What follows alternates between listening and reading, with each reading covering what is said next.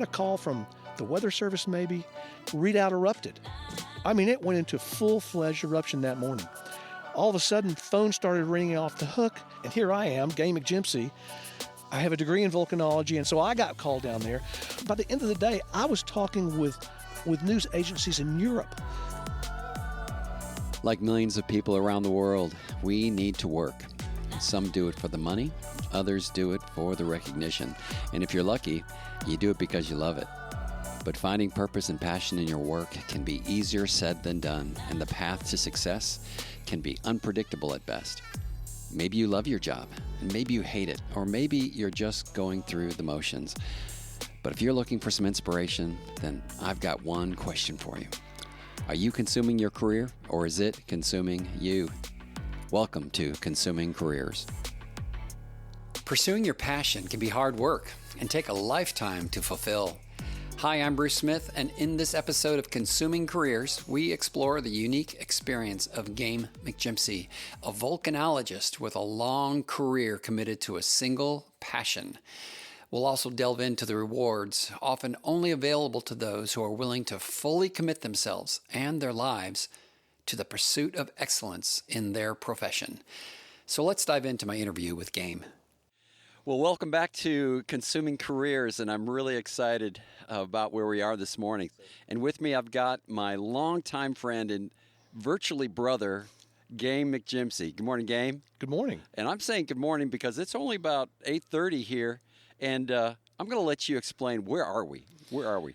We are at a very beautiful house in the mountains with a commanding view of the Blue Ridge Mountains. It's practically peak fall colors, and Bruce and I are sitting out on the back deck looking out at the mountains, and it's a cool, crisp fall morning, and it's just beautiful. Yeah, and I can see the sun just barely breaking over the mountains.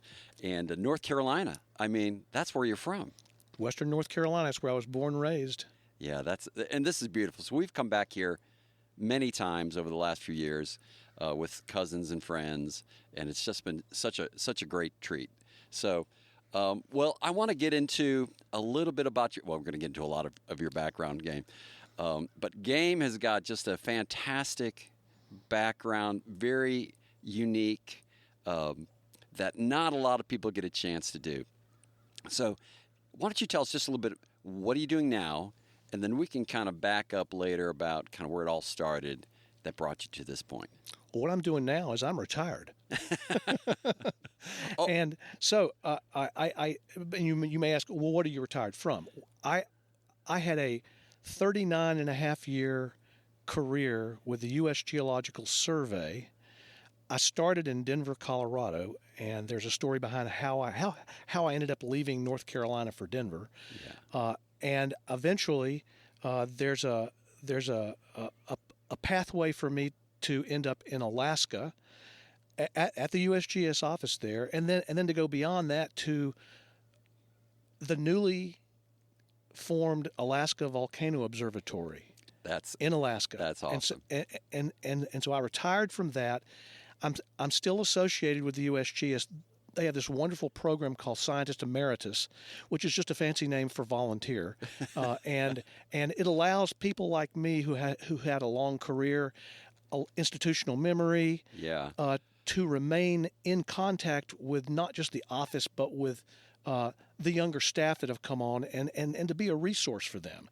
And as it always works out in science, you never have finished everything when you retire. That's right. So I've got at least three projects that are almost complete, and I'm working on them now. And this emeritus program gives me the opportunity to finish that. Now, tell me, what is the U.S. Geological Survey like? What is their charter? Well, there's an official charter, and let me see if I can probably come up with something. The U.S. Geological Survey provides earth science information to the nation. Now, there's a geology group that's in that agency. There's it's called Water Resources Group, and they're the ones who measure stream flow all over the country, depth of wells, and they produce a monthly report on the water resources of the country. There's a satellite-based group. There's a fish and wildlife group that studies fauna and flora. Yeah. So it's a large agency, earth science related, though. Yes, but you landed in the geology group, and what is your title? Which I love this title, by the way. Not everybody gets to carry this title. Well, what I'm about to tell you is not what you think I'm going to tell you, because my official USGS title is research geologist. But that's no fun. That's no fun. I want the real fun title. I'm a volcanologist. Yes, volcanologist, and I don't know any other volcanologists. Just how many are there? I mean, I don't know the total number, but there's not that many, because there's not that many agencies that employ people to do this around. I mean, there's 5 volcano observatories in the United States, of which the Alaska Volcano Observatory is one. Yeah. And then all the other countries around the world, and there's quite a few countries that have active volcanoes. There's about 1,500 active volcanoes on the face of the globe. Okay. And they're in specific places, and we could talk about that. But the thing is that all these countries have a government group that studies their volcanoes. Fantastic. Okay, so in the U.S., how many volcanoes are in the U.S.? How many volcanoes? Well, yeah. Let's start with Alaska. We have 53 historically active volcanoes. Okay. There's about 12 or 14 or so cascade volcanoes, of which the most famous is Mount St. Helens. Yeah. And then there's, and these are considered active volcanoes. Right. There, of course, Hawaii is a very active volcano. That's part of the United States. And then there's a group of, there's lots of volcanoes spread out from Yellowstone all the way down through Arizona and New Mexico, which not necessarily have erupted historically, but they still are considered to be somewhat active. Oh, wow. Okay. So I look around North Carolina. I don't think there's any on the East Coast, but no active volcanoes. No active There are some old volcanic rocks. Okay. Okay. Well, they got here one way or another, right? That's right. That's right. All right. Well, let's back up into your career. So, you went to UNC, Chapel Hill. Yep. And then University of Colorado. Eventually. Okay, that's right. So, just kind of walk us through that. What did you study at UNC, and then how did you really get into volcanology? Is that correct? Sure. Mm-hmm. How do we get there? Well, as a freshman at UNC, I like most people or many people, I didn't have a clue what I wanted to do with my life. I knew what the kind of things I liked to do.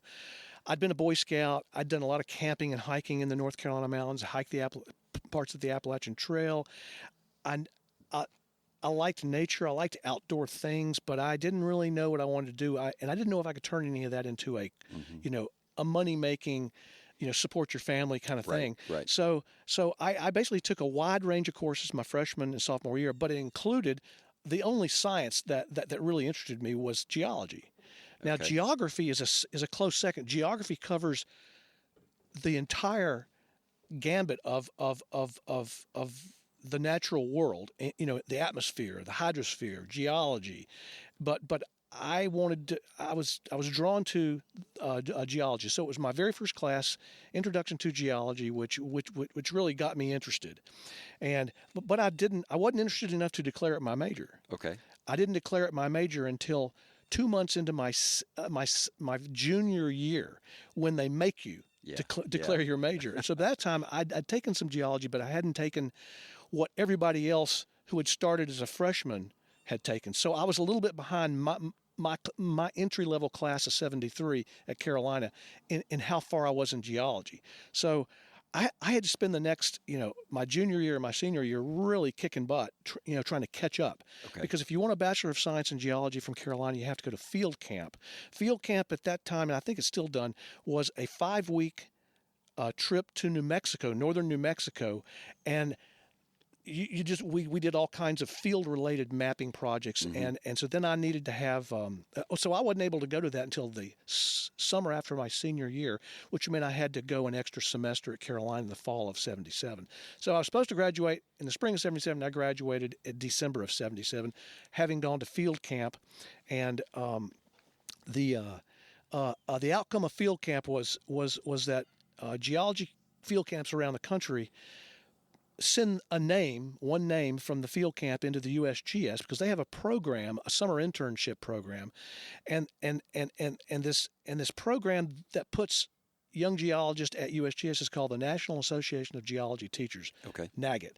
And so I got called in, and I knew I'd done well in field camp, but I didn't consider myself to be the first, the best person there, and so they submitted. Well, in fact, the best person who was tromping along a slope and fell into a yucca plant, and so had to leave and have emergency eye surgery, and his absence is why I think that that my name then came up as being the person they would submit to USGS, and I got a phone call. I got a phone call from a guy I'd never heard of, just a USGS geologist from Denver, and he said he had my name and that my resume looked good, and would I like to come out and work with him the next summer? And I said, well, where are you working? He went, Northern New Mexico, the exact same place I just done field camp. That's right. Well, I was interested in seeing some other part of the West. Yeah. I thought I'd like to work in Montana or Wyoming, and I actually said to this guy, I said, well, I might want to work for you, but I was hoping to work in Montana or Wyoming. And there was a long pause.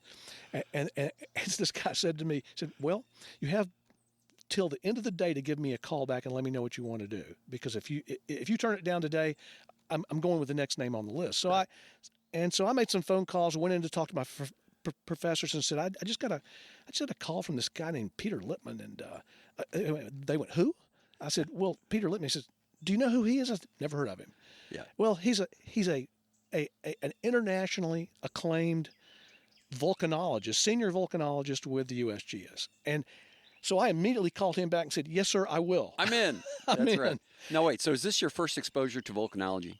First. Well, no, at Carolina, in the classes I took, we had a petrology lab. Okay. And so I got to see representative samples of all the rocks, sedimentary, metamorphic, and volcanic. So I'd seen a couple of volcanic rocks, knew very little about volcanoes. I mean, as an undergraduate, you learn about the ring of fire around the Pacific and what causes that, and that's where the volcanoes are located. But I really didn't know much, and we had mapped some volcanic rocks in field camp, so I knew that. But Peter Lippman simply called me. And so I'm going out to work the summer with him, and he's a volcanologist. Yeah. Okay. And it was actually he that instilled in me the interest and what became my passion for volcanic rocks. So, I just want to ask this question: why should we care about volcanoes? Like, what's the risk?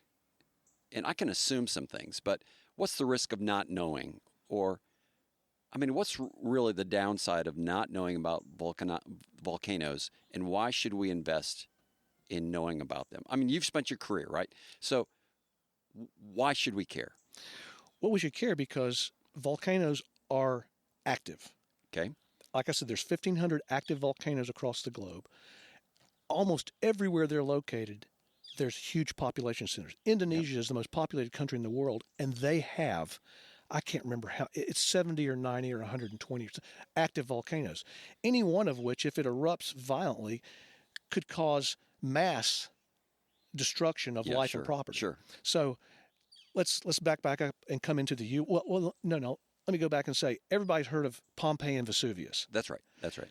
So in 79 AD, this Roman town of Pompeii is utterly destroyed, along with like 6 or 7 others that are less well known, Herculaneum and some others, by this volcano Vesuvius. And actually, the eruption was not that big, volcanologically speaking, but it put a pyroclastic flow, a mixture of hot air and gases and finely comminuted volcanic rock called ash, rolled like a river through Pompeii and destroyed it. Yeah. And so I can't remember the number of people that were killed. It was probably in the thousands. It decimated the city, buried the city. The city was not even found again for hundreds of years by excavations. So, if you go to Italy now, you can climb to the top of Vesuvius. Mm-hmm. It's easy to do. Yep. And you can look out along, what's below you, and you have to have somebody point out where Pompeii is, because the entire countryside is thickly populated with people and infrastructure. Yeah. So what we do know is that Vesuvius will erupt again it definitely, it's not a maybe about it. It's definitely going to do it again. Yeah. And now, instead of there being one or two little Roman villages out there, there are millions of people at risk. And so there's what our job is as volcanologists is to assess the risk, Okay. and work with state, local, and federal agencies to try to mitigate this risk the best we can. Great. So, do they just think, well, I'm just not going to be here when it happens? I'm like, it's an active volcano. Why don't we build our house right there at the foot of the mountain? Well, Bruce, most people haven't taken a geology class. They don't understand. I mean, unless they live on or near the slopes of a truly active volcano now, and there are a bunch of them. Let's just take a volcano called Merapi down on the island of Java in Indonesia.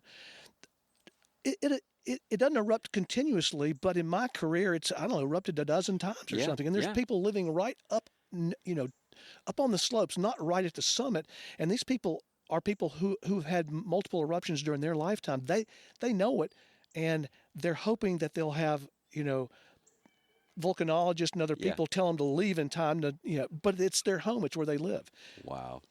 And we'll get into Redoubt, which is a fascinating story. Redoubt, the volcano, but Redoubt. So, okay. So moving on. So, field. You were asked to participate in Littman's group. So walk me through that. So the summer of '78, I was Pete Littman's field assistant, and we went out. And Pete at the time was studying not young active volcanoes, but volcanoes in the southern Rocky Mountains in New Mexico and Colorado that ranged in age from about 24 to 30 million years old. That's pretty old volcanic rocks. Yeah. And so there's no cone there. There's no smoking gun or anything. But some of these volcanoes were ginormous. It all has to do with the tectonic setting back in that time. But he mainly studies what's called calderas. Calderas are great big, generally craters that form when massive magma chambers erupt just instantaneously, and leave a huge void under a volcano. So the volcano collapses down into that void and creates a great big crater. One of the most famous ones in the United States is Crater Lake. Okay. Yep. Sure. Mount Mazama. It imploded and caused this great big caldera. So there's 25 million years ago in southwestern Colorado, there were enormous calderas formed in a fairly short amount of time. Okay. And so anyway, Littman is a specialist in that, but we were going down to northern New Mexico to study a smaller caldera system that hadn't been studied much called the Latier field. So I wasn't that happy about going back to the same area that I'd spent field camp in, but it actually wasn't the exact same area, and I was working with Pete Littman. Yeah. So you had to say in your mind, like, this is pretty cool stuff. It's pretty cool. And so, like, I'd come home, like I came home at Christmas time, and all my family says, "Hey, what'd you dig this summer?" Because everybody thinks geologists just dig. I said, I didn't really dig anything. But I broke off a lot of rocks with my hammer. Yeah. But were they specifically for volcanoes? Yes. We studied. Well, the volcanic field sits in the midst of really old rocks called Precambrian rocks. And there was another geologist who didn't work with us, but worked at about the same time. And he was working on those old rocks. His name was Jack Reed. And fortuitously, Jack Reed is the one who studied the Grandfather Mountain geology and wrote the definitive paper on that. And so he was in Morganton when I was a child. Of course, I didn't know him. Yeah. And so anyway, when I wasn't working with Pete would send me down with Jack because I knew the volcanic story there, and I was helping Jack because he was looking at how his old rocks interacted with the volcanic rocks. All right. So how did you get to Alaska? Okay, so I at the end of this summer with Littman, I'd already graduated from Carolina, and so I was a free agent. Yeah. And I had assumed I'd just drive my car back to western North Carolina, and who knows what I'd do. I didn't have an interest yet to go on to grad school. Okay. I mean, I was just figuring out what, if I wanted to work in geology, what would I do? And what are the different job opportunities? And in western North Carolina, one of the main ones is mining. And we had gone Commercial mining. Commercial mining, and I just thought, that it is interesting, and there are some people that really like minerals, economic minerals, and mineralogy, but it didn't interest me, and not in my wheelhouse. Right. So I didn't know what I'd do. So when they came to me and said, "Well, would you like to stay on at the USGS in Denver as a junior geologist for whatever, the foreseeable future or whatever would happen?" I mean, presumably I would decide to stay in geology and move into grad school and et cetera. So I said, "Sure, I'll do that. I will do that." And so I did. And so Lippmann wanted me to experience other aspects of geology in the branch, not just him. I continued to work with him. Yep. But he would farm me out to other people so I could get more experience. And one of the people that came to me in the early winter of '79 was a geologist who his training was in glaciology, but he also was expert in soils and what the other people in the group would just call dirt. Yeah. It's the surface layering over the hard rock geology that is underneath. Yeah. And so his name was Paul Carrera. Paul came to me and said, "Hey, Game, I hear you like to camp and you're an okay guy, and would you like to go with me next summer on my field work?" And I said, "What is it?" He says, "I'm going to be doing the glacial geology as part of the USGS Glacier National Park project." And I went, "Sign me up. Sounds awesome. I will go." And so in July of '79, Paul and I pack our Bronco with our tents and our field gear, and we drive to Montana, and we meet up with this other group, and it's about a dozen people because they're all going to be doing different things in the park. The park had asked the USGS to do this project. It was going to be a 5-year mapping project. And we got there, looked up on the porch, and saw all these guys up there, having a beer and talking before dinner. And we drive up and we get out and go in to meet them. And oh, wait a minute! Amongst them was this. When we drove up, we thought this person was a man, a boy or something, and they had short cropped hair, wearing flannel shirt and blue jeans and boots, and sure enough, it was a woman. Yeah. Now there weren't that many women in geology at the time, and there were some, but it was mostly men. So we had this one female field assistant. She was actually the field assistant to the project chief, doing the same thing I'd done with Lippmann the previous year. She was his NAGT student. She was the best out of her field camp. Okay. And so he had called her up to work with him as his field assistant. Got it. I met this young lady, and over the course of the next month and a half, Bruce, I don't know any other way to say this, but I fell in love. And I told her I was going to come see her at the end of the field season, which I did. And she was starting grad school at the University of Utah, so I took her down there and got her and helped her get situated. And I actually asked her to marry me that fall, and she wouldn't say yes yet. But so we were, That's right. kind of a couple. I was still stationed in Denver. She was at the University of Utah at Salt Lake City.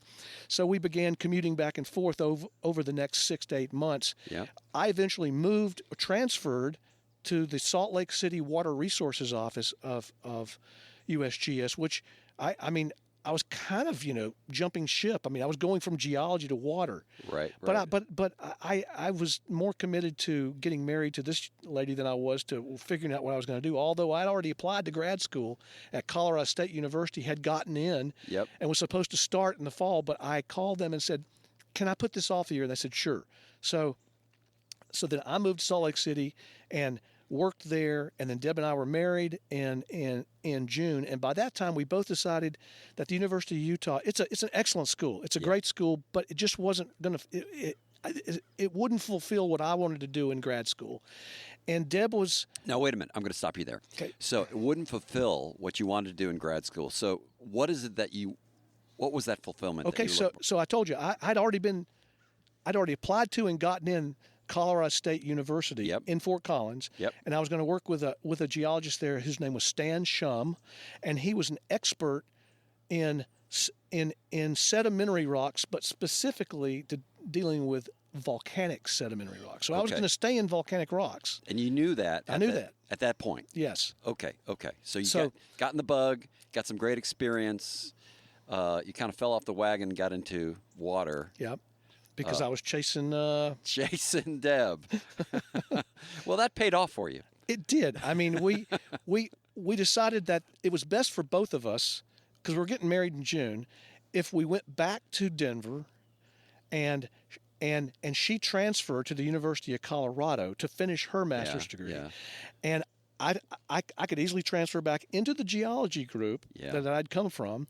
And then once she finished her graduate work, I would then go to graduate school, hopefully at the same place she was going, which was the University of Colorado at Boulder. Now, she had gotten into Boulder when she applied to the University of Utah.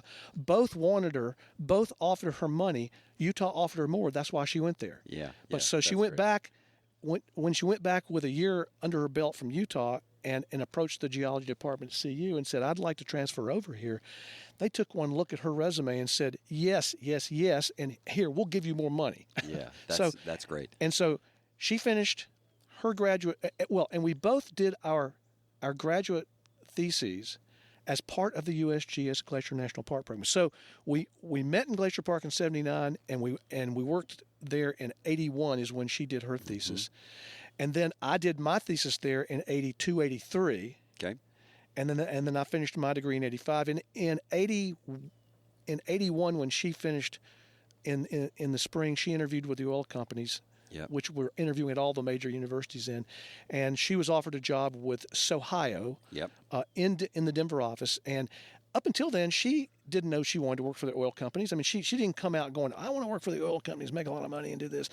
It just happened to just kind of flow because she was a structural geologist, is what her thesis was. Okay. And her thesis was in really old Precambrian rocks of Glacier National Park. And there's no, I mean, it wasn't oil related. It was a structural thesis, a structure and stratigraphy thesis. Yeah. So anyway, she interviews with Ohio. She gets the job and she starts working. And so now we've got a decent family income, and so I can go to grad school, and so I applied to work with a volcanologist because that's where my background was. That's right. And I liked it. That's right. A guy named Ed Larson at CU, and he and I just meshed. Yeah. I mean, I'm a little short guy. He's a little short guy, and we just had a lot in common. And Ed was a wonderful mentor, and so I went and started grad school there. But I was still working part time for USGS. Right. And I had the great privilege to do my. I mean, most people go to grad school and they have to figure out what's my thesis going to be. I went to grad school with a thesis ready to go. And all the things you need, the money, the backing. I had a field assistant. I got use of a helicopter a little bit, and so I had 2 full field seasons in Glacier National Park working on something that was fairly esoteric. I mean, it's fairly specialized, but it was a volcanic project. Yep. And so then when I finished, I went into USGS and I said, okay, I got my degree here and I'm ready to start working. Do you have a job for me? And they went, yes, we do. On the Nevada test site. Now, a lot of USGS geologists got their start at the Nevada test site, including Peter Lippman. That was his first. What is that? Nevada said at the time, the Nevada test site is where all of the U.S. nuclear testing, underground testing, was done. Okay. Above ground testing had ended, so now they're doing underground tests, and so job of the of geologists working out there was to go to the next test site and do a thorough study of the geology and then write a small report. And the idea is to answer the question, will the geology here contain the underground blast? If it won't, if there's faults running through there, they're going to move to a different place for the test because it had to be contained underground. Okay. So that's what it was. And I just didn't feel like that's what I wanted to do. I talked to some people that worked there, and you either had to really like that kind of, you were 2 weeks on the test site and 2 weeks back in Denver at the office, and I just didn't think that's what I wanted. So then I went to the other group in USGS, the group that funded my thesis in Glacier National Park, and I asked them, I said, regional geology over here has offered me this job. Would you guys like to offer me something? And they said, absolutely. We'll give you the same thing, a permanent appointment, same GS level of pay. And we have these projects in Wyoming and Montana mapping the geology in certain areas that are going to be up for wilderness designation. And I said, sign me up. You're getting some great opportunities. I mean, This it was is like, fantastic. I had no idea that this would come before me. Now, it wasn't volcanology, but there would probably be some old volcanic rocks in there. But just the prospect of doing what I was good at, which was mapping in general, and I was just elated. And so I came home that day and explained it all to Deb, and she sat there very quietly and listened to me. She says, "Well, you remember I told you last week that Ohio." There were rumors that Ohio was going to close the San Francisco office. I went, yes. She says, today they closed it. I went, wow, that's got to have a big impact. She says, a big impact, and it's going to be more than you think because they also closed the Denver office. Wow. And I said, oh, crap. What does that mean? You're out of a job. She said, well, wait a minute. They've offered me and like one other person a transfer to the Ohio office in Anchorage, Alaska. Okay. And I said, but I just got the dream job I just got my dream job here, and I haven't signed the papers yet. But it's hard to get a full-time appointment at the USGS, and with a master's degree at the time, it was dicey because to get a job like I had now takes a full PhD and maybe a couple of postdocs after that. That's right. So we talked about it, and we did a pro and con list, and I mean the pro with going to Alaska was our income was going to not double, not triple. It was going to go up 4 times. Wow. And it was just good. And we'd always wanted to go to Alaska, and we always thought we'd go for a short, just a visit. Sure. And back in those days in the oil industry, all the companies, not just Ohio, they generally would move their professional staff around every 3 years because they wanted them to get experience in different oil fields. So, to give them the broadest background that they could, because these are people that are going to stay with the company. Okay. And so I looked at it and went, okay, well, we could go to Alaska for 3 years. Then they're going to try to transfer Deb to Houston. We're not going there. And she'd have a contract signed with them that they'd have to move us back to Denver. And then I could transfer back to the That's right. No. I wouldn't be with the USGS, but I could go to grad school and work on a PhD, and then we'd see what we're going to do. Well, so that's what we decided to do, Bruce. We decided, okay, we're going to Alaska. So the next day I went into the USGS and told them the story and said, I'm really sorry, but this is just how it works out best for us. And I remember the branch chief was a guy named Chuck Thorman. He looked at me and said, well, Game, we were going to hire you. We want you. So let me propose this. Why don't you sign up for the USGS, Yep. and we'll immediately transfer you to the Anchorage office of the Alaskan branch of geology. I went, I couldn't even say anything. I was so stunned. I said, okay. I'm in. I'm in. So I signed the papers, and they transferred me to the Alaskan branch. And in October of 1985, Deb and I boarded. Her company paid for all of our trip up there. So this was part of the deal, was that USGS wouldn't have to pay anything. They paid to move us up there, and so by the middle of October, Deb's working full time for Ohio. It was called Standard of Ohio at the time, Yep. or Standard Alaska up there. And I walked into the branch of Alaskan geology, but it was a very different group than what I'd ever worked for. All right. So 1985, you mentioned things were starting to heat up, and they are. They're starting to heat up underground because I want to get to the AVO. Yeah. So tell us about what is the AVO and how that was created. When I got there in 85, there was no Alaska Volcano Observatory. There was only one scientist. His name was Tom Miller, who even did any work related to volcanoes, because the majority of the branch was in, the USGS had offices then. There was an Office of Mineral Resources. There was an Office of Regional Geology. There was Water Resources. And this was in, the Alaskan branch was in the Office of Mineral Resources, and they were working exclusively on a huge project called the Alaska Mineral Resource Appraisal Program. Basically was assessing the mineral resources of the entire state of Alaska. So there's only one volcanologist. He wasn't a volcanologist. He was an igneous petrologist who got to work on some volcano rocks because he was funded by the geothermal program. Okay. So were there any volcanologists in Alaska, the state with the most volcanoes in the United States? Oh, yeah. Okay. So the University of Alaska Fairbanks had a group of volcanologists. Got it. And they'd been working for a number of years on one volcano in particular was called Augustine, and it's an island volcano at the very mouth of Cook Inlet. Okay. Yep. And it's easily accessible, and it erupts frequently, and so those guys are working down there. Well, let me tell you, the largest eruption in the world in the last 123 years occurred in Alaska, down on the Alaska Peninsula, at a place called Katmai. Katmai. So there was people working down. There were volcanologists coming from out of state to work in the summertime at Katmai. So there were a few places like that that people either in the state or out of the state were coming to work. But at the USGS, Tom Miller was the only It's as person. close as we got. As close as it got. Yeah. And Katmai, was that bigger than Vesuvius? Oh my gosh, yes. Isn't that crazy? Katmai was a caldera-producing eruption. There hasn't been that many caldera-producing eruptions historically. Yeah. It was a big eruption, but it occurred in a very remote place. Yeah. It had impact on the entire world from it put ash into the atmosphere, but there was nobody killed. Nobody lived there, and the native population that lived nearby had been evacuated weeks prior because the earthquake activity was so immense.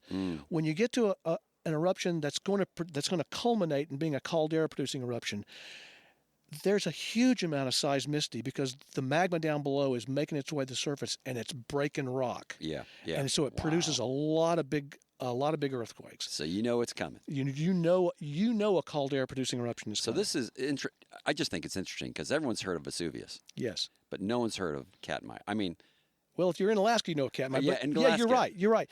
And like I said, Katmai was the largest eruption on the surface of the Earth in the last 120 some years, and you might remember back in 1991 a volcano in Japan erupted, and it caused a lot of problems. But then there was one down in the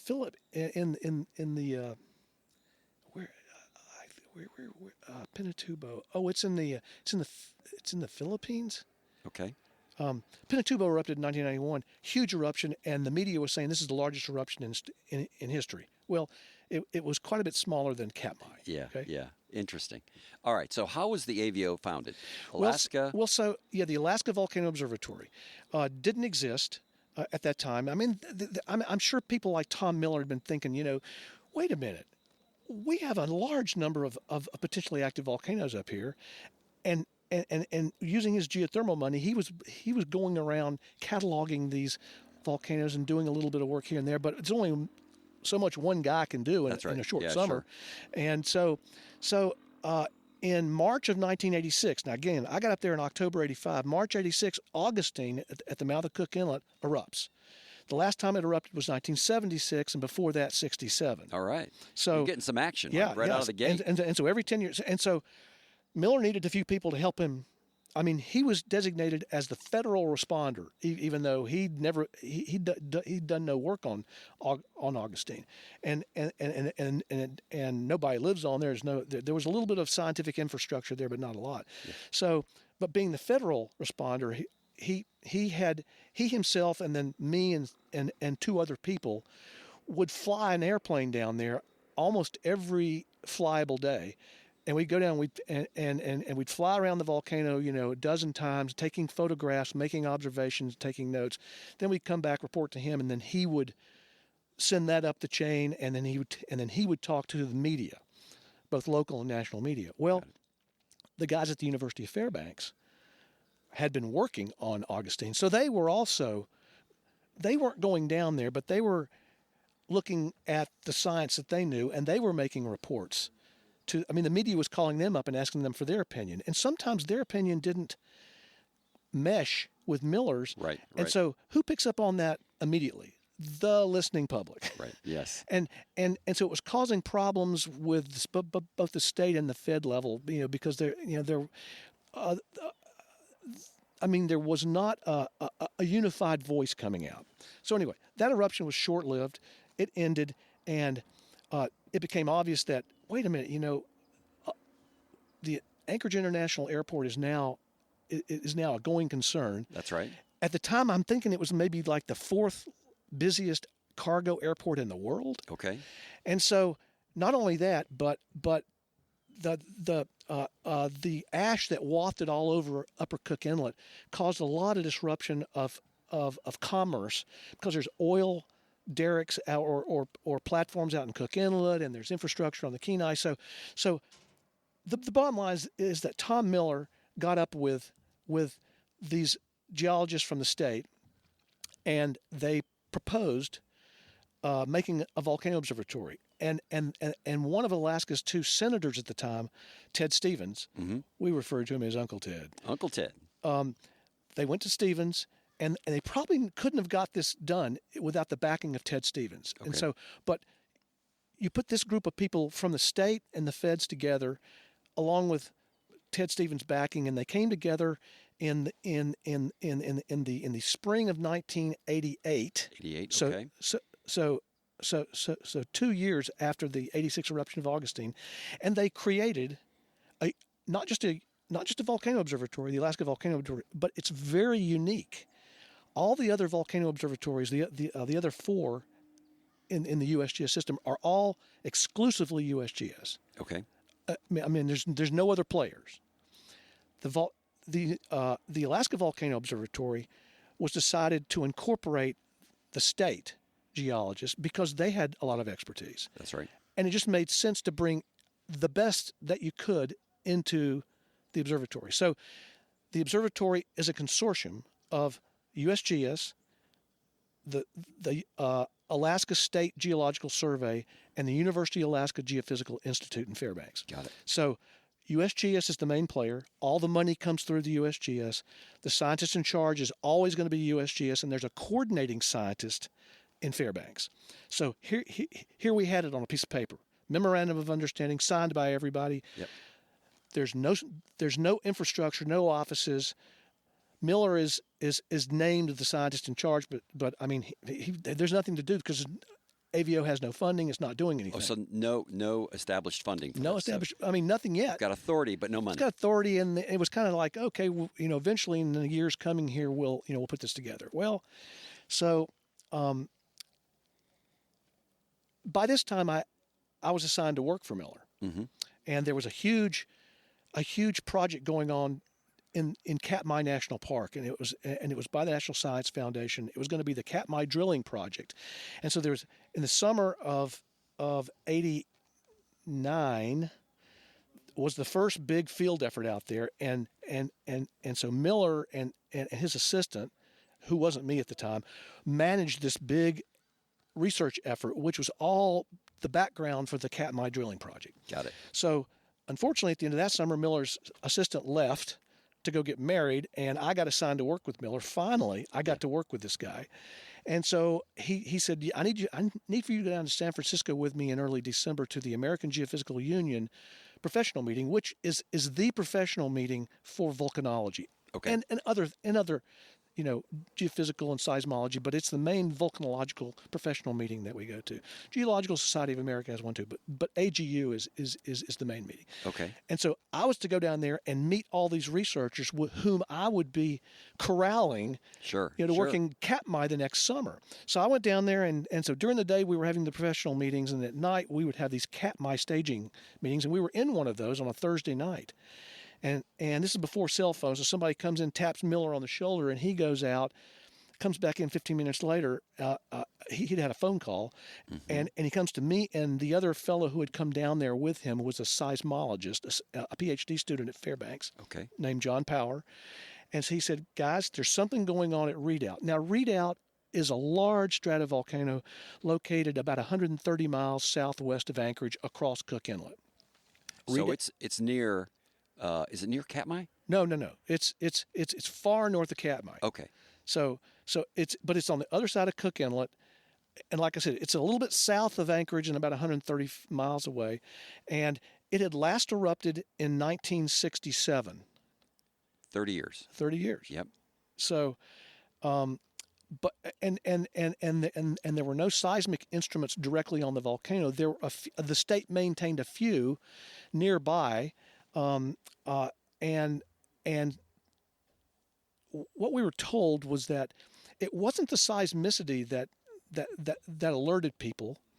It was pilots flying back and forth across the Alaska range there, and they noticed, hey, there's some ice melt in the crater of Redoubt, and oh, look, there's a steam plume coming up from a hole, and Wow. and soon that hole became several holes, and so there was obviously heat being delivered to the summit of Redoubt. Now Redoubt is a glacier, ice covered volcano, and it's got a central crater at the top, and it's in previous eruptions, the last thing that produces up there is a lava dome that cools over time and becomes covered with snow and ice. So you just have this snow-covered mountain. Well, that dome was beginning apparently to heat up, and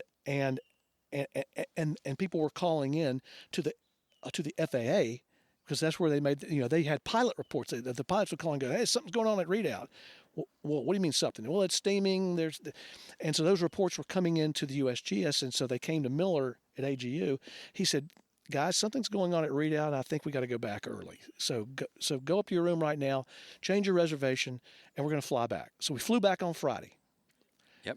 And I meant to look at my calendar or look it up to see whether Tuesday or Wednesday of the next week was December 15th. But on the so we came in on Monday morning.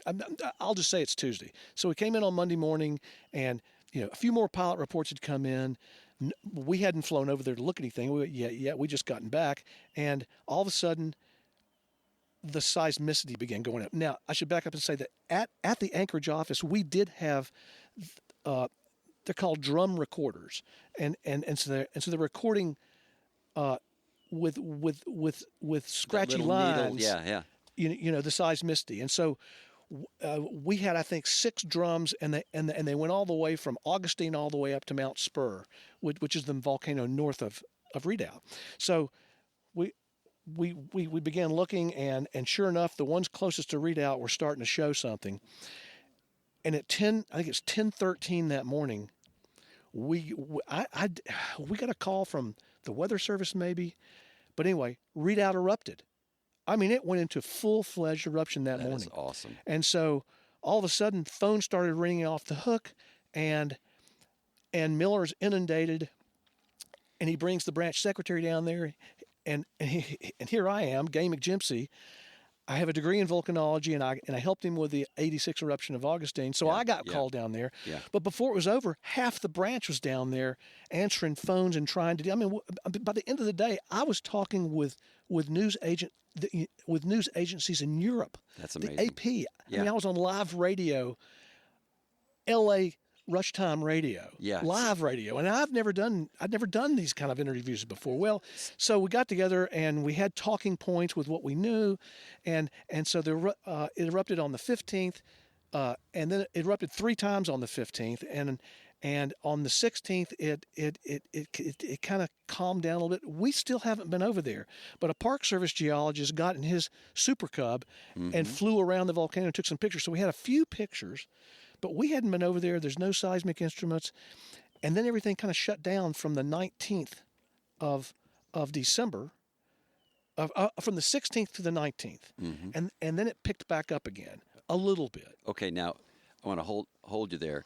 I've got a picture of the Redoubt eruption. And, Game, the plume is 10 times the size of the mountain. Yeah. It looks like an atomic blast. If you could see it, it was cloudy. The picture you're holding right there is from April 21st. So that's the last large eruption. It was beautifully clear that morning, and that's actually a small eruption. This is remarkable. I know. So, I mean, if you're at home, just Google Redoubt. So it's, how do you spell R-E-D-O? R-E-D-O-U-B-T. Eruption April 21st, and you'll come up with this picture. Amazing. Yeah. And this isn't even the largest blast. Right. Well, so I didn't actually answer your question yet about how AVO formed.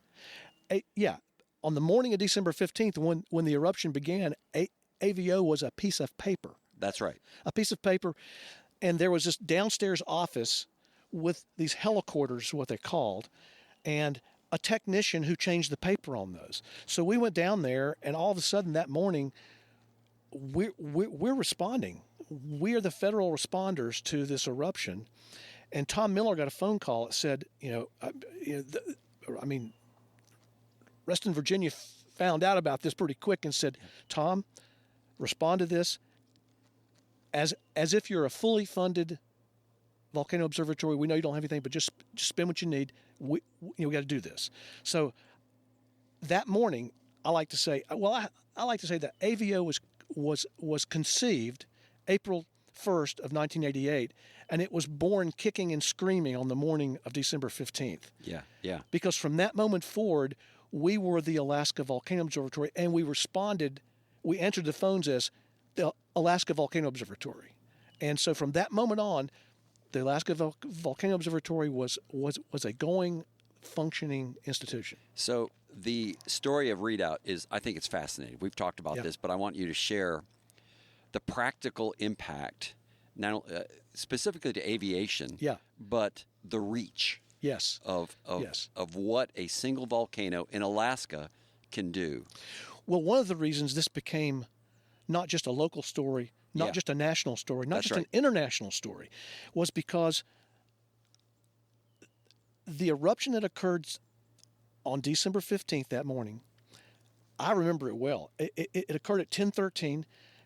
The sun had not come up yet in Alaska because we're getting really close to the shortest day of the year there. That's right. And not only had the sun not come up, but it was cloudy. It was overcast. And so when it's like that, even when the sun comes up, it's dark. You can't even see it. You can't see it. So you have a Redoubt erupting. There's no mechanism, nothing in place to be able to say where one, if there's an ash plume, two, how much ash is in it, and three, where it's going. The Weather Service knows where the local winds are going, but the local winds at 10,000 feet are not necessarily where the local winds at 30,000 feet are going, or 40 or 50. And this plume went up, I think, 70,000 feet or something. Wow. Close to that. So unbeknownst to, this was all happening, but no one knew everything that was happening. So what was going on was a large commercial airliner was coming in on approach to Anchorage International from the Netherlands, traveled all that way, and the pilots I can't remember if they'd been told that there'd been a volcanic eruption, but they had no idea where what ash had been produced or where it was, and all of a sudden, they're flying by instruments, and all of a sudden they fly directly into this thick cloud of volcanic ash, and it's very, very abrasive. Okay. So instantaneously, this ash is sucked into the 4 turbine engines on this large commercial aircraft, and all 4 engines have safety systems that will shut them down. And all 4 engines shut down. The compartment of the plane and the cockpit filled with suspended ash. The plane goes completely dark and silent because they got no power. Right. So the people in that plane are like, oh, what the heck? The pilots couldn't even talk over the intercom to them and tell them what's going on. Wow. So you can imagine how afraid these people were. The pilots, these pilots had never flown into a volcanic ash cloud because few pilots have. That's right. They've heard about some planes that had, because there was one in Indonesia some years earlier did the same thing. So, and what happens, Bruce, is that when a high temperature turbine engine ingests ash. It's a furnace. It's a furnace. Yeah. And volcanic ash is mostly of a certain composition, but it's glass. It melts. And then it hits the turbine, and which is a cooler surface, and it congeals on that surface. So all of a sudden, the turbines are covered with glass, and so that's molten glass hits the side of the turbine and hardens. And hardens, and so now you have an unbalanced turbine, and there are safety systems in planes and jet engines. It'll shut it down, because if it doesn't, it'll actually tear the engine apart, and then bad things happen to the airplane. Like a washing machine. Yeah, it's just like a washing machine. Yeah. So, Yeah. This is a heavy commercial airliner. It's a glider, a heavy glider, and it eventually drops below the ash plume, so it's out of the ash, and the engines are off. It's no longer bringing ash in, and the pilots continue to push the buttons to try to start the engines, but every time they do, the safety system cuts it off. Right. And so, but eventually this start, stop, cracks enough of this glass off of the turbines, they get 2 of those 4 engines started and limp that plane into a safe landing at Anchorage International. Everybody walks off the plane, That's nobody remarkable. Injured. Wow. Some incredible stories. I bet. And in fact, the news, if you can find the news coverage from that day, it is phenomenal. So it turns out that the greatest risk or hazard in Alaska is not from what the volcano produces on the ground, because nobody lives near the volcanoes. Yes, right. We have 53 active volcanoes, and there's just hardly any of them. No one lives on them. So they don't have to worry about lava flows, pyroclastic flows, and all those things that can kill people and tear down structures in volcanic regions all over the world, Indonesia, Japan, Italy, places like that. But what there is a hazard of is the ash to aviation hazard. Now, let me just say that. Well, how many planes fly over Alaska? Well, there's something called the North Pacific Air Transportation Corridor. Right. And it's a big arc, and it goes right over Alaska, the Aleutians, the Kamchatka volcanoes of Russia. Okay. And that's how big planes traverse the North Pacific east to west.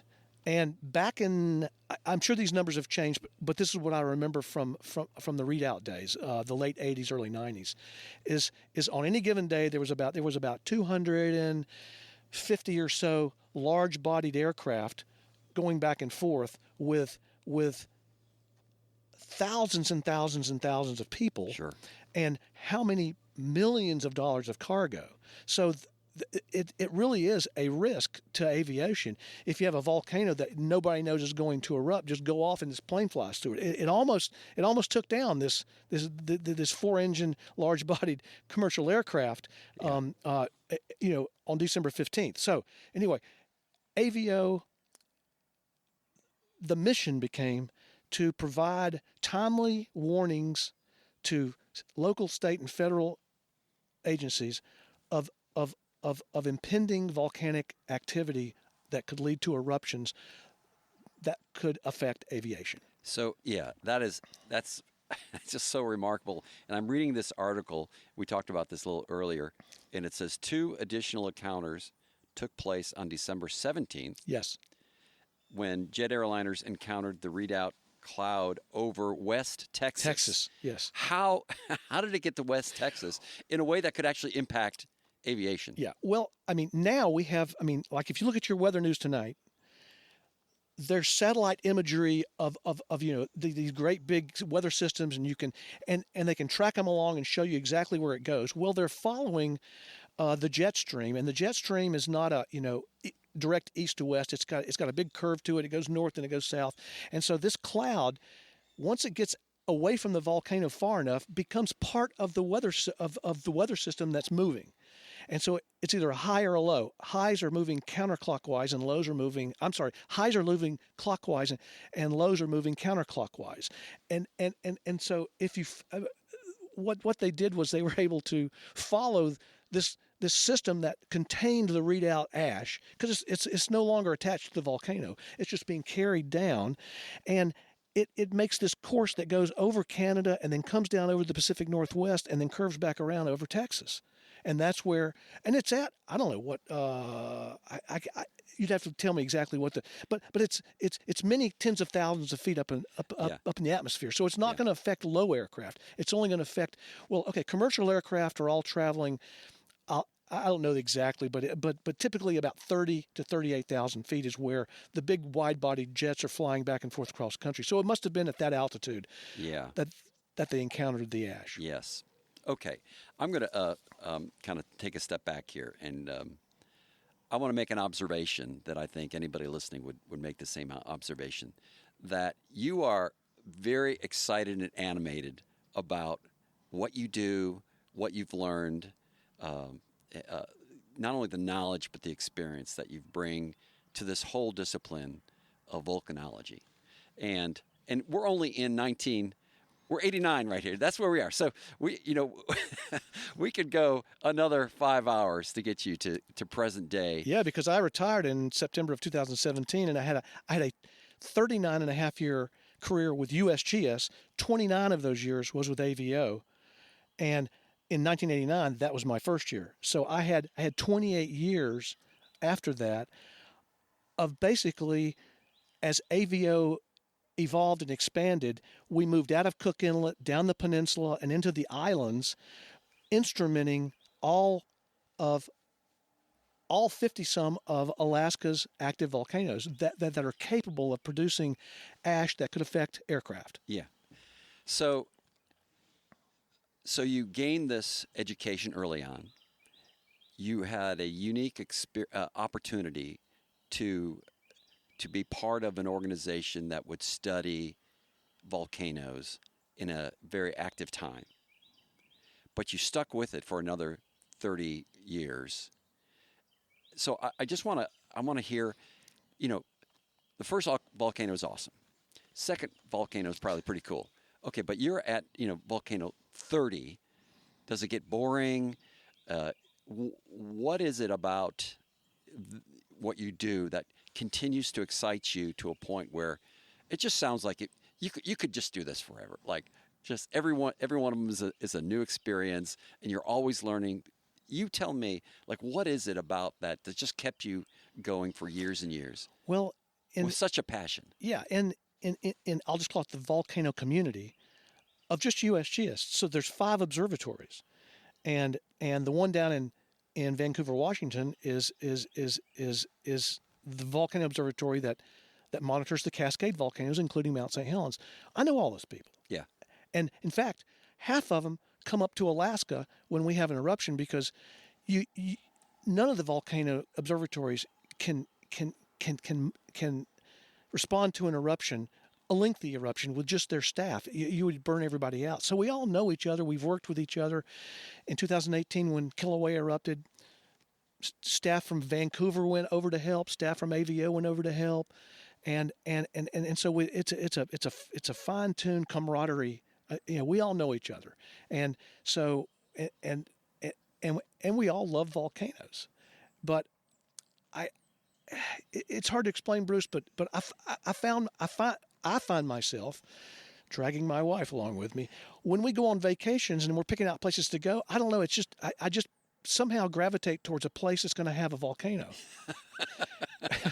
and like we love to go to Hawaii, and all the islands are beautiful. Yeah. And but we go to the Big Island because that's where the volcano is. All right, you were saying you had a good story that you wanted to share.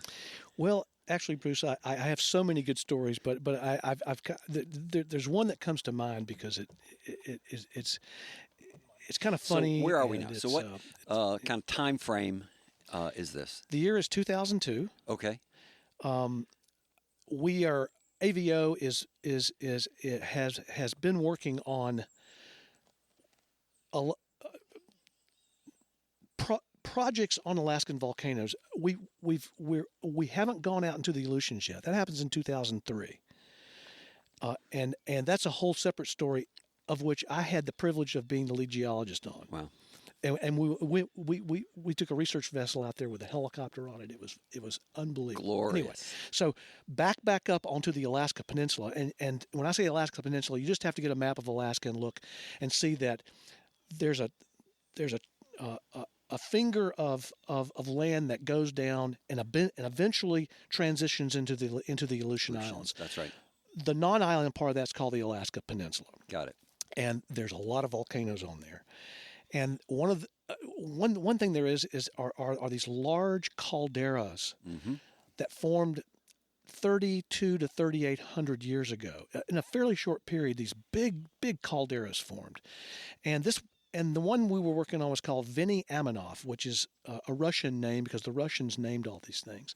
Yeah, I mean they're right across the. Yeah, well, they're the ones that supposedly discovered, Alaska in 1740 or whatever, and so they're the ones that came up in the ships and named all these things. So anyway, this is Veni Amenov caldera, and it's it's an elevated caldera, so it's high enough that the entire inside of it is covered in glaciers, and a glacier, flows out a breach in the caldera wall, and we have got a big mapping project that's going on. So we're going to map both the flanks of the volcano as well as what we can on the interior. Okay. And there's a group that has come up from Menlo Park, California. Some colleagues who are not in the observatory, but they're specialists. In fact, the lead geologist on this was the geologist that studied and created the maps of Crater Lake. Okay. His name is Charlie Bacon, and so. When we go out to these places, there are no towns, there's no roads, there's nothing out there, but you have to get close enough to the volcano so you can transport your people by helicopter to the field area. And so you either go in and you set up a remote field camp, or you find some lodge. There's lodges, hunting lodges, all over Alaska, and there's one called Bear Lake Lodge. It's on Bear Lake, and Bear Lake is nearby to Viniaminoff, and in the early summer they're in their off season because they mainly hunt bears. Okay. And they hunt bears starting in late August and in September, and people come out. And but the lodge has got people out there, and so we contacted them, and they decide they agreed to put us up. Okay, great. They've got a nice airstrip, dormitory style building, and a nice restaurant style eating facility, and so we begin making the group starts making their way out there, and we go in kind of waves. So there's the group in front of me was out there. It wasn't a full week, but it was a few days, and eventually the helicopter transitions in usually from Anchorage, and so it's there, and so.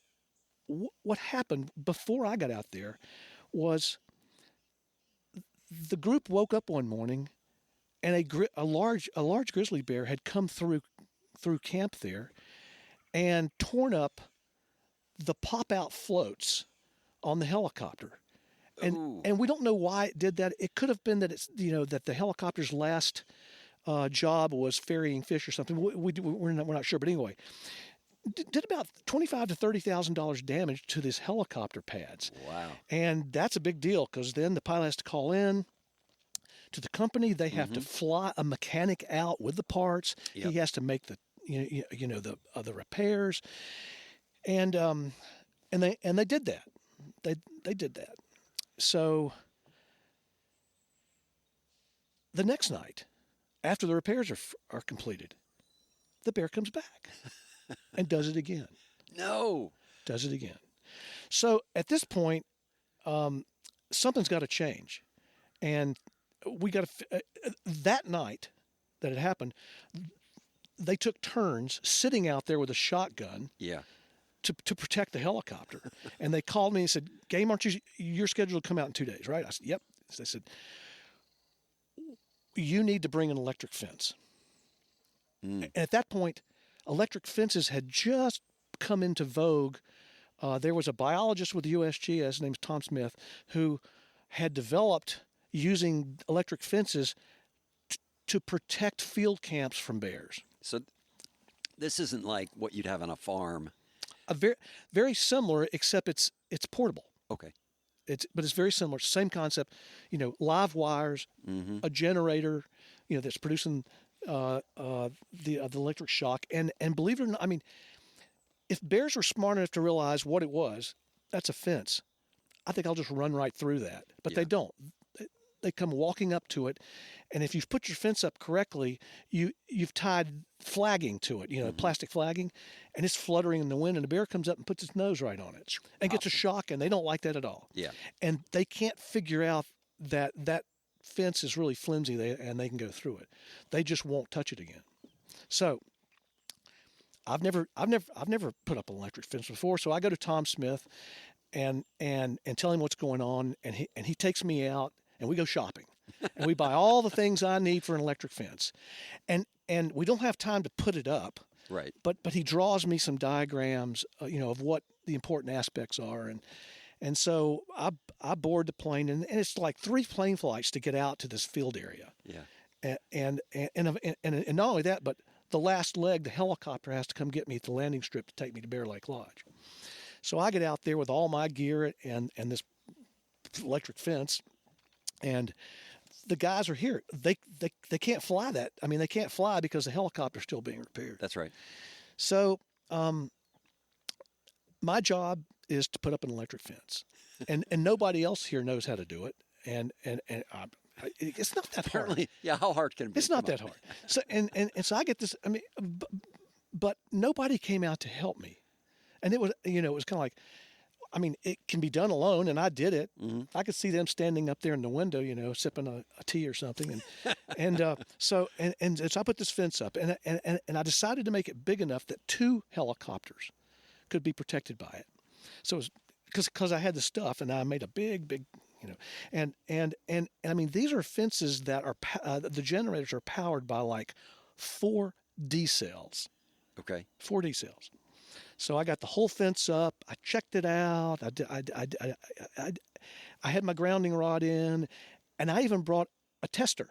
And I went over right to the generator. I tested. Oh, it's hot. It's really hot. Yep. So this is going to work. But you know what, Bruce? I just felt like the truth is in the pudding. I just could not walk away without testing it myself, without putting my finger on it. So I go over to this fence. These guys are watching me, and I mean, I didn't grow up on a farm, but I grew up in a place where people had horses. That's right. Yes, I had put a blade of grass on the electric fence and got shocked. Right. And so I knew what was coming, but I just did it anyway. I touched the wire. There's nothing. So I grab it with my whole hand, and I can just barely feel a slight pulse. Yeah. It's like, son of a gun, this isn't working. This is not going to. And so the last thing we could have is me putting a fence up and a bear come in and tear up the helicopter a 3rd time. Yeah. So 2 of them. Yeah. So I'm like, what's going on here? So I get the book. I get the manual out.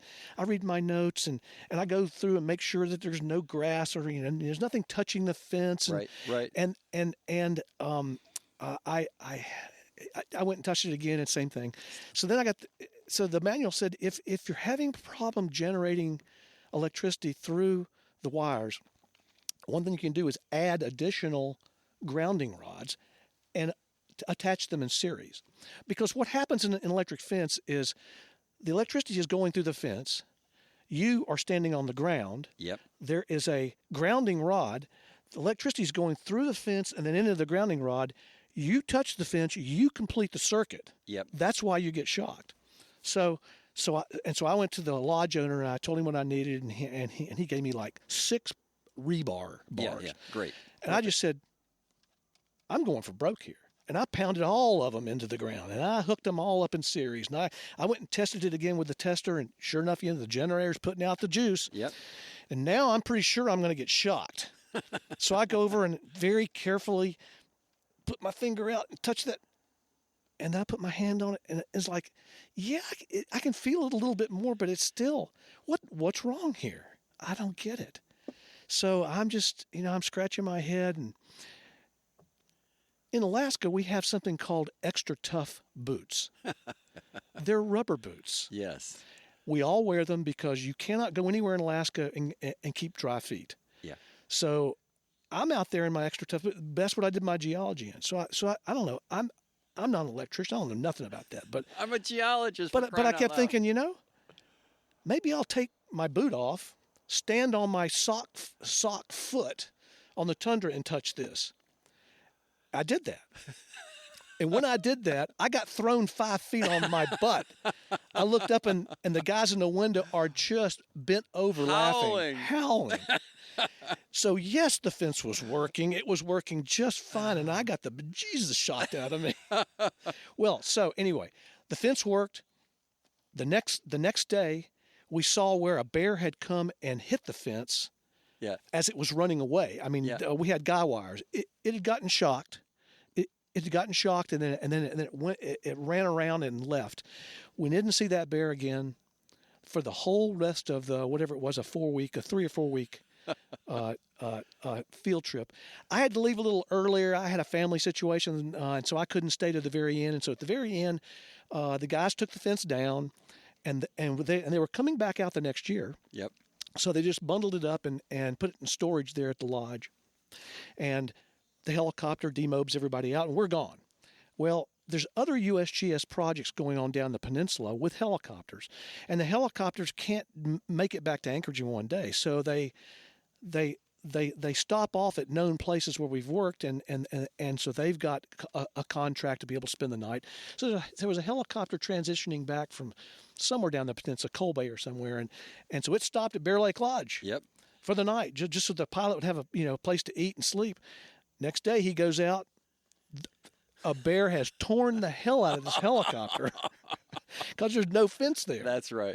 So they had to get that thing fixed and get it out of gosh. there. And then the next summer we had a difficult time convincing the helicopter company to send a helicopter out there. But we assured them that there was no problem when there's an electric fence. So all USGS remote field camps now use electric fences, and you can use them around your helicopter. You can use them around your tent camps. Yep. You can use them around your food. Your food storage.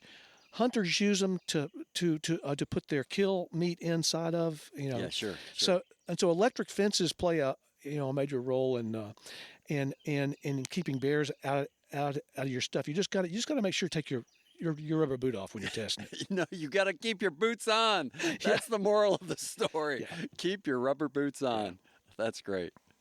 So I mentioned to you earlier this book that I read last year, and it's called So Good They Can't Ignore You. And this is a book by Cal Newport. And he's bit of a kind of goes against the grain of what the world is telling our youth, and where they would say, you should follow your passion. And just follow your passion wherever it takes you. That should be your career. So when you're in college, what are you passionate about? Just go after that. But he would say, following your passion rarely leads people to loving their work. Passion comes after you put the hard work in to become excellent at something, and something that's valuable, but not before. So what would you say about that? Because you have spent your whole career kind of focused on something. And so the question in that is, were you passionate about it before you did it, or did you do it and then you found the passion? I mean, just share a little bit about that. I have an answer to that. Okay. I identify with this man's thesis or premise.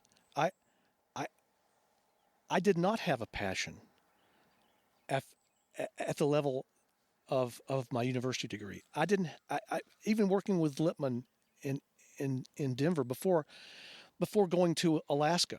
I remember going into Pete, and he said, "What are you going to do, Game?" And I said, "Are you going to go to grad school?" I said, "I don't know. I'm not sure." Even when I got to Alaska, I was working in minerals. What I was passionate about there was just learning about doing field work in Alaska, working in a whole different way. You're using helicopters. You're carrying guns in defense of bears. You got to know about bears and these remote field camps and the logistics associated. But I'm going to confess something here. At the end of 4 years, a few months before the Redoubt eruption, Yeah. I had decided that I was no longer going to stay at USGS. I wasn't passionate enough about it. Yeah, right. And I was working for the minerals group, and that was not my specialty. And it wasn't in my wheelhouse. And I didn't see a path going forward in volcanology, because Tom Miller was the only person working in volcanoes, and he was kind of a lone ranger. Sure. And there was no program of studying the volcanoes, and you couldn't just get in a car and go do it.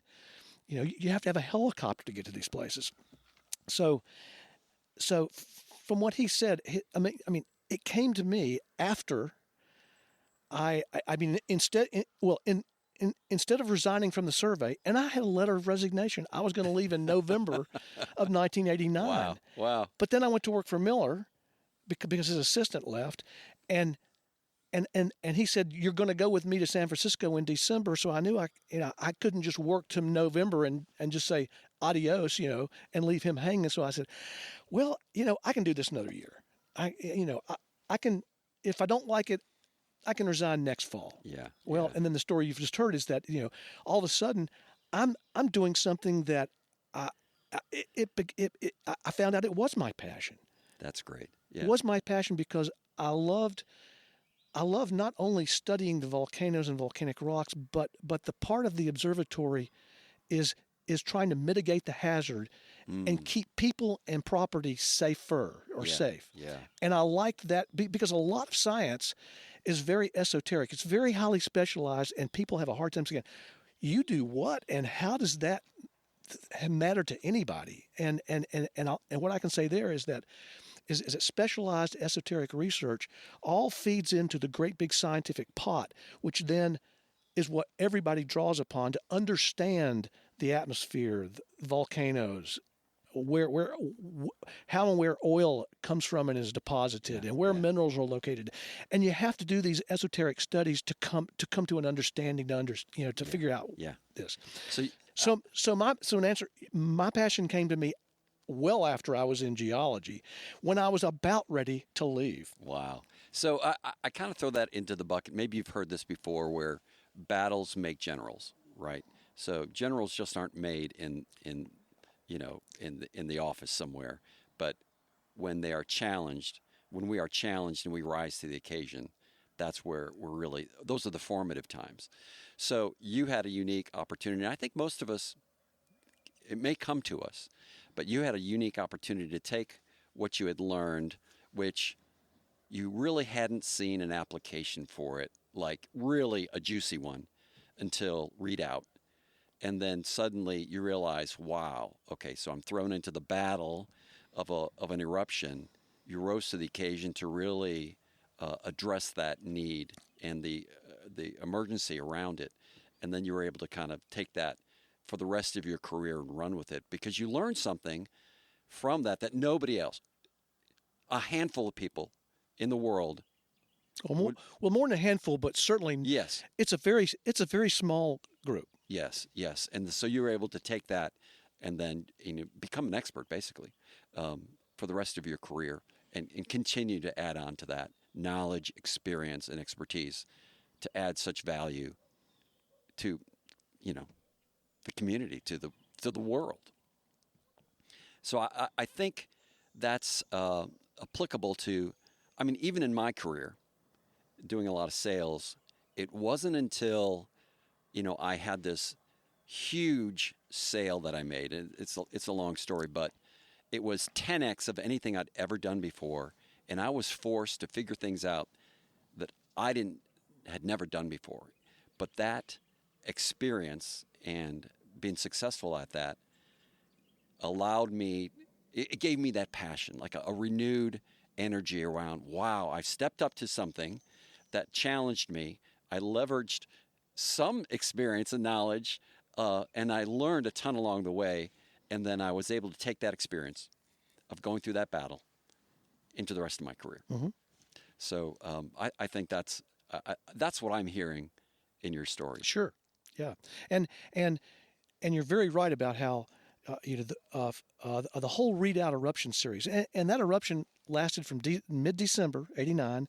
The last eruption was on April 26 of 1990, and I can't remember the exact number, but it erupted many times during there, where we had to, apply what we learned from the last little bit of eruption and how it applied to what's going on now, and the pattern of eruptions changed over that 6-month period too. Yeah. So it went from erupting, with this, with days or weeks of periodicity to like every 3 days in March, and so things changed, and so we learned something there, and then after Readout, what are we doing?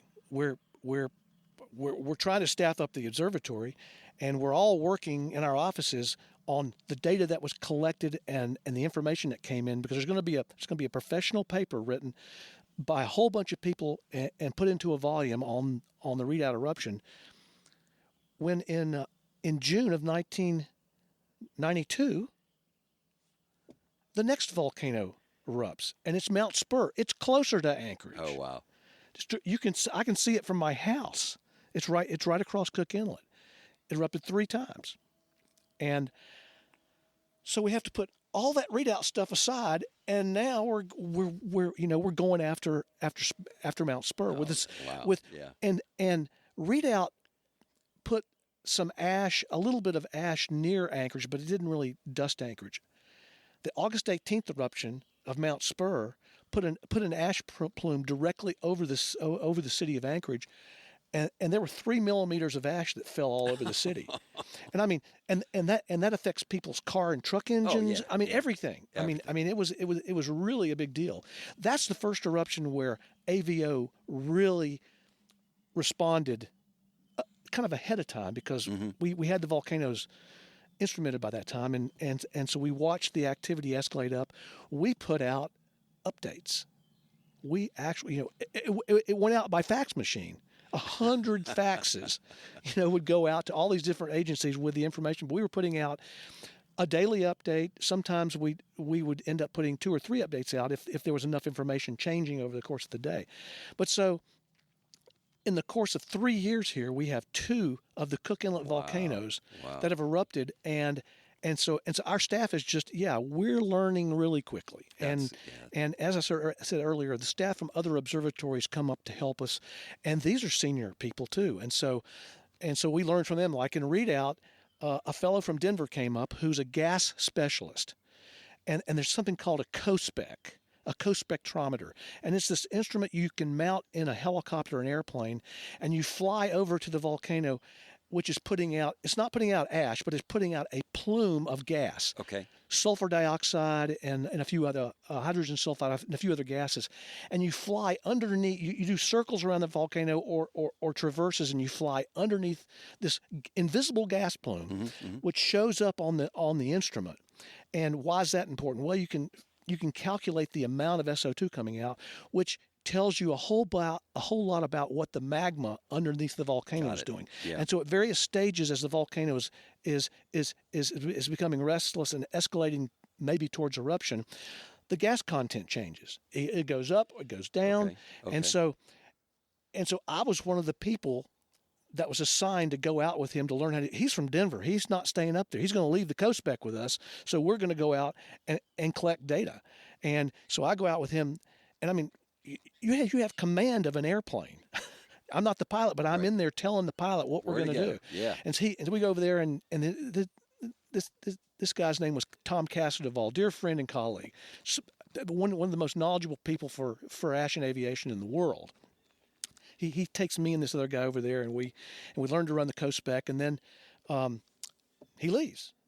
And the next day, Tom Miller comes to me and says, "Game, go do a gas flight." I was, me?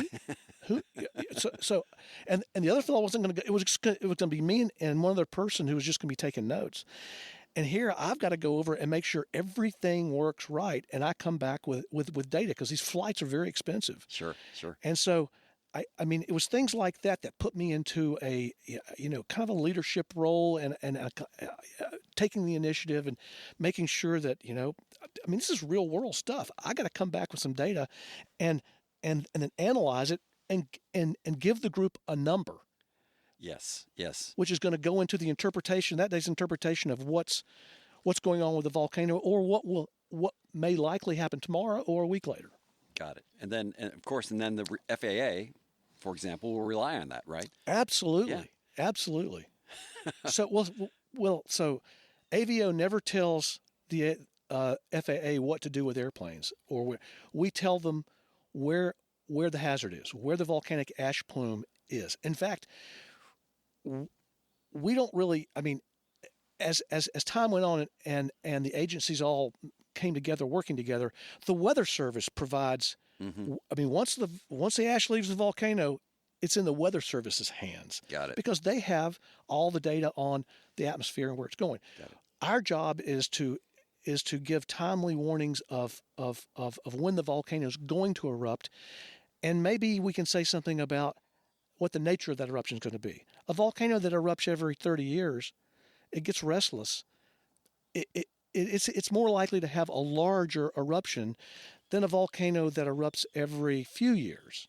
Like the classic is the cone-shaped Fuji.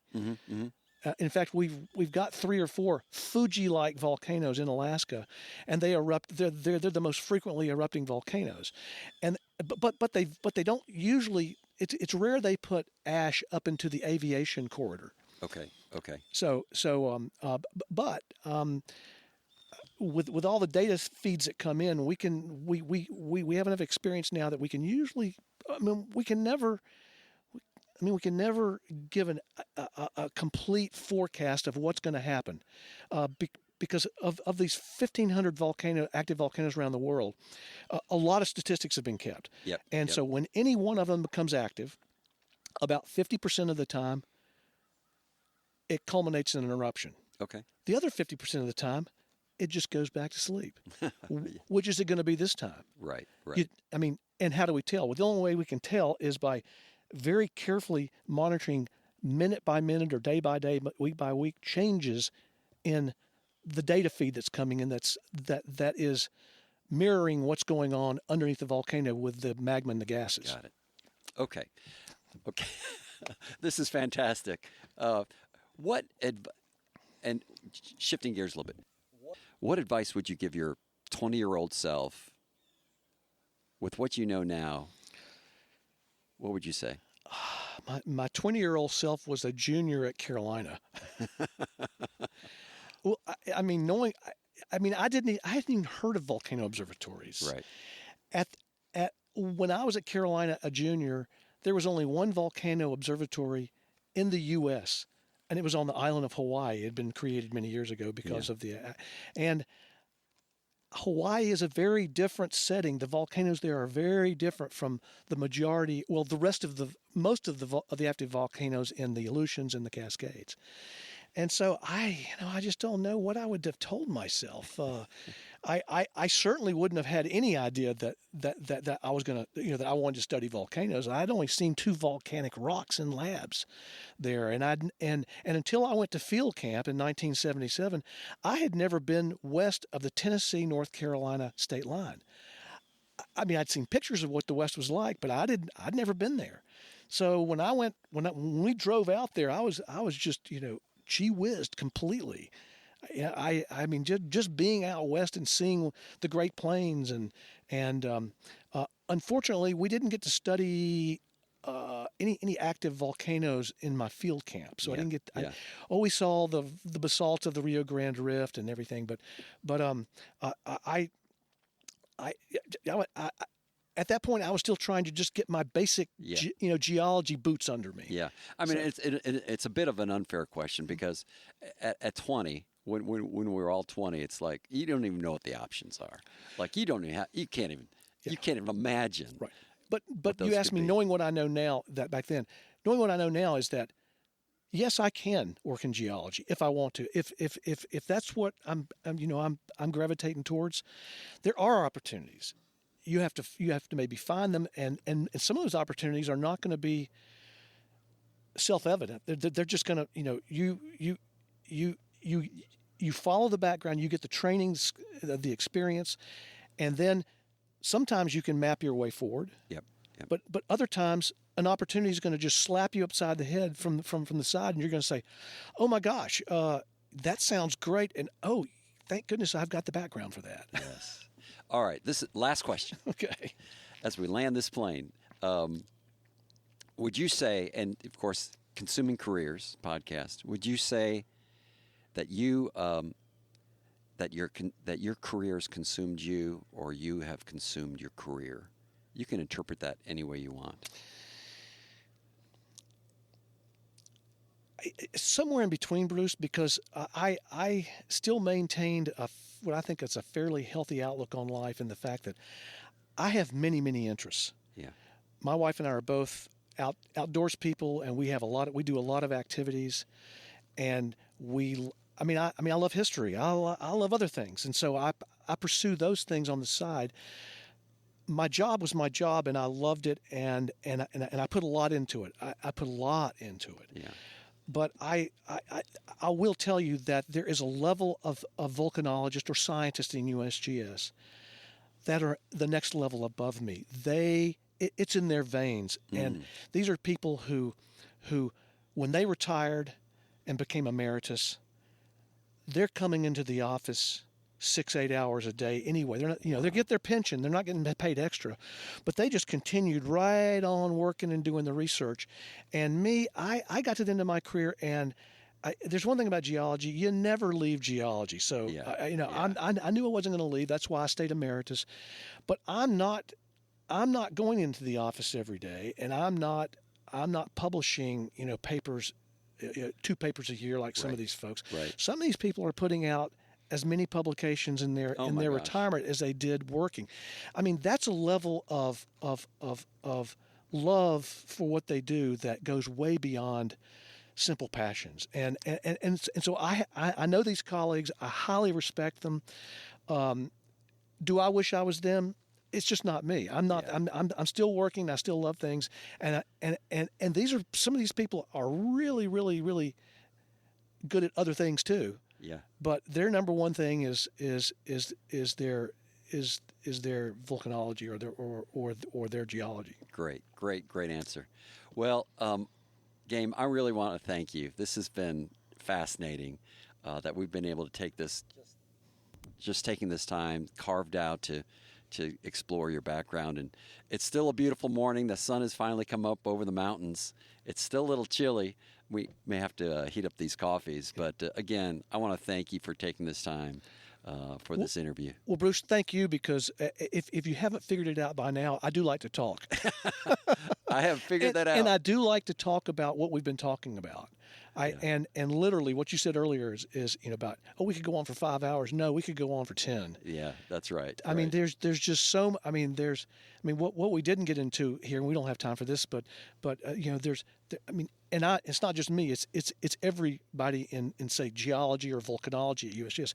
We have, if you spent your whole career there, you can't have but a huge amount of stories to tell. That's right. I mean, really, some very interesting, some not so interesting, but some incredible stories to tell. So that's great.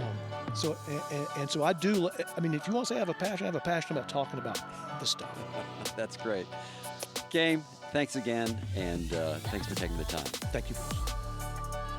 Thank you for joining us on Consuming Careers. If you've enjoyed the show, please click the follow button in your podcast app so you won't miss any of our future episodes. And if you have a minute, write us a review. We truly appreciate hearing from our listeners. And as always, I'm Bruce Smith, and you've been listening to Consuming Careers.